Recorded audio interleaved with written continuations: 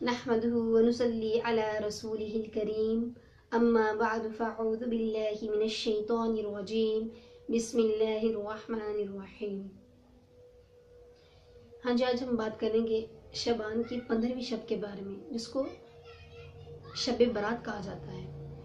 سب سے پہلے ہم اس کے نام کے بارے میں بات کریں گے، اسے شب برات کیوں کہا جاتا ہے۔ شب فارسی زبان کا لفظ ہے، شب رات کو کہتے ہیں، فارسی میں شب رات کو کہا جاتا ہے، اور برات عربی زبان کا لفظ ہے جس کے معنی بری ہونے اور نجات پانے کے آتے ہیں۔ تو اس رات میں بھی دوزخ کی آگ سے لا تعداد لوگ اللہ رب العزت کی رحمت کے طفیل نجات پاتے ہیں، بری ہو جاتے ہیں، اس لیے اس مبارک رات کو بھی شب برات کہا جاتا ہے۔ اس رات کے اور بھی بہت سے نام ہیں، جیسے لیلۃ الرحمہ، اللہ رب العزت کی برکتوں کے نزول کی رات، لیلۃ البرات، بری ہونے کی رات، دوزخ سے چھٹکارا پانے کی رات، لیلۃ السق، دستاویز والی رات، لیلۃ المبارکہ، برکتوں والی رات۔ اس رات میں ہوتا کیا ہے؟ حضرت عائشہ رضی اللہ تعالی عنہ روایت کرتی ہیں کہ ایک مرتبہ رسول پاک صلی اللہ علیہ وسلم نے ارشاد فرمایا، کیا تم جانتی ہو شعبان کی 15ویں شب میں کیا ہوتا ہے؟ عائشہ رضی اللہ تعالی عنہ پوچھتی ہیں، یا رسول اللہ صلی اللہ علیہ وسلم، شعبان کی 15ویں شب میں کیا ہوتا ہے؟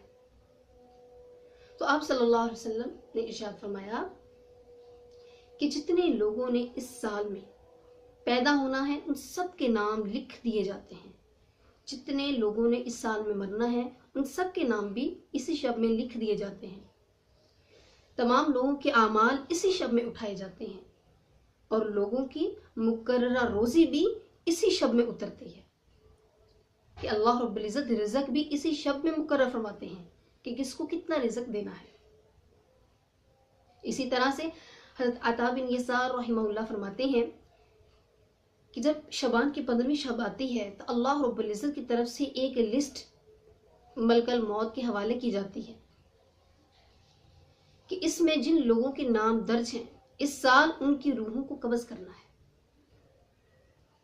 کچھ لوگ باغات میں درخت لگا رہے ہوتے ہیں، کچھ شادی بیاہ کر رہے ہوتے ہیں، کچھ تعمیر میں مصروف ہوتے ہیں، حالانکہ ان کا نام مردوں کی فہرست میں داخل ہو چکا ہوتا ہے۔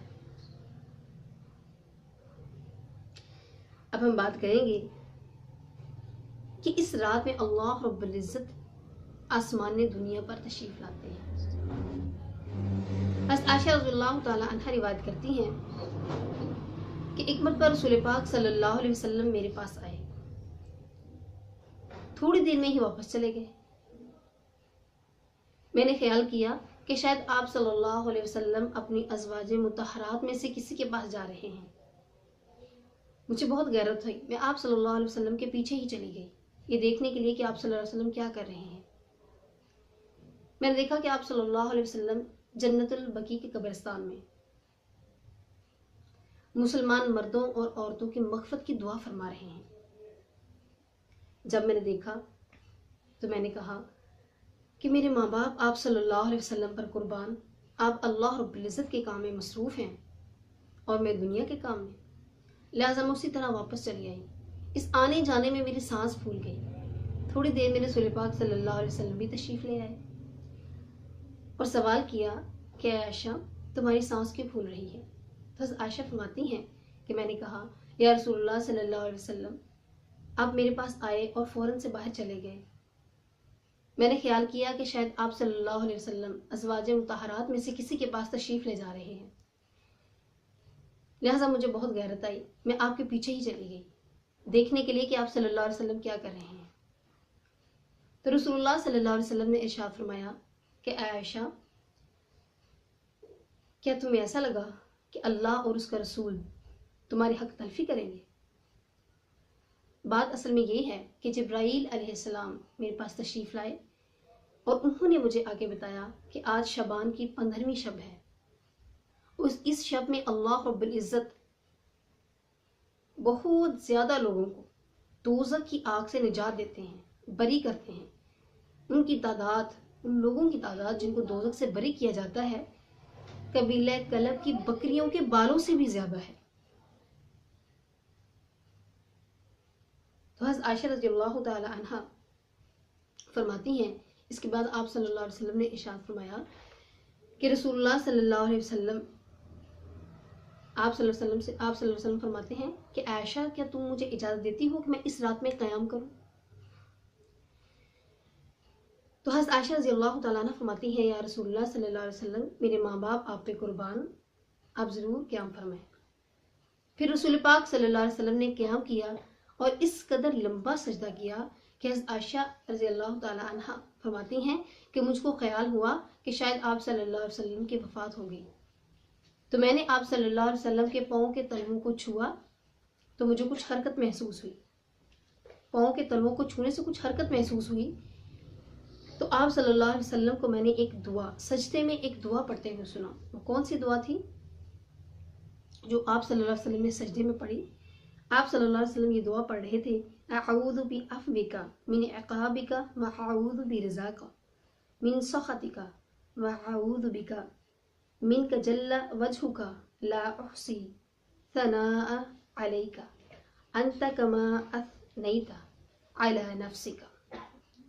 صبح کو میں نے آپ صلی اللہ علیہ وسلم سے اس کا ذکر فرمایا تو آپ صلی اللہ علیہ وسلم نے ارشاد فرمایا کہ عائشہ کیا تم اس دعا کو یاد کرو گی؟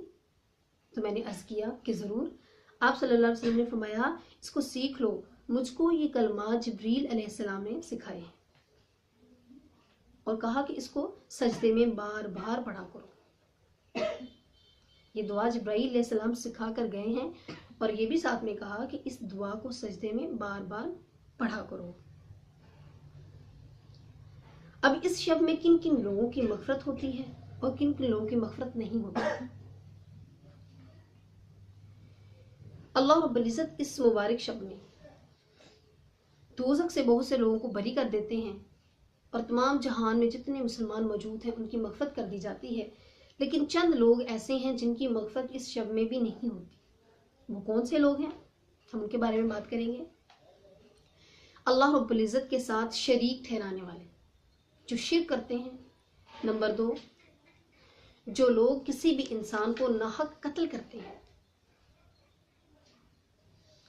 نمبر 3، بدکار عورت۔ نمبر 4، قطع رحمی کرنے والے، رشتوں ناتوں کو توڑنے والے۔ نمبر 5، والدین کے نافرمان۔ نمبر 6، شراب پینے والے، شراب کے عادی۔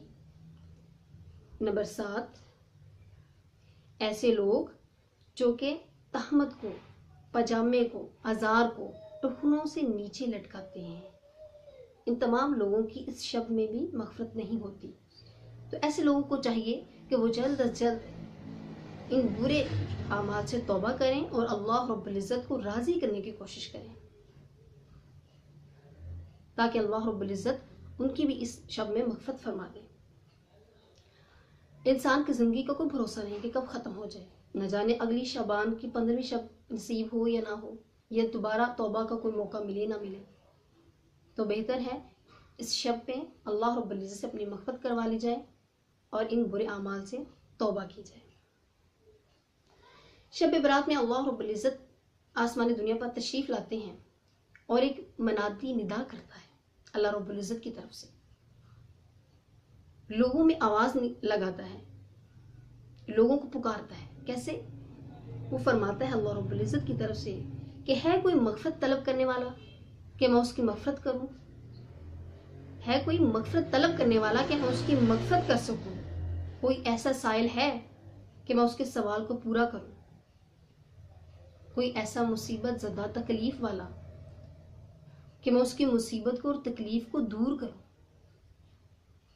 اسی طرح اللہ رب العزت یہ ندا ہر شب میں فرماتے ہیں، لیکن شعبان کی 15ویں شب میں اور دوسری عام راتوں میں فرق یہی ہے کہ عام راتوں میں اللہ رب العزت جب آسمانی دنیا پر تشریف لا کر یہ ندا فرماتے ہیں تو وہ تہائی رات، آخری تہائی رات جو ہوتی ہے اس میں آپ اللہ رب العزت یہ ندا فرماتے ہیں۔ لیکن شعبان کی 15ویں شب میں یہ خاص بات ہے کہ سورج غروب ہونے کے فوراً بعد مغرب کا جب وقت ہو جاتا ہے اسی وقت سے اللہ رب العزت کی طرف سے یہ صدا آنا شروع ہو جاتی ہے۔ ہمیں چاہیے کہ اس مبارک رات سے فائدہ اٹھائیں،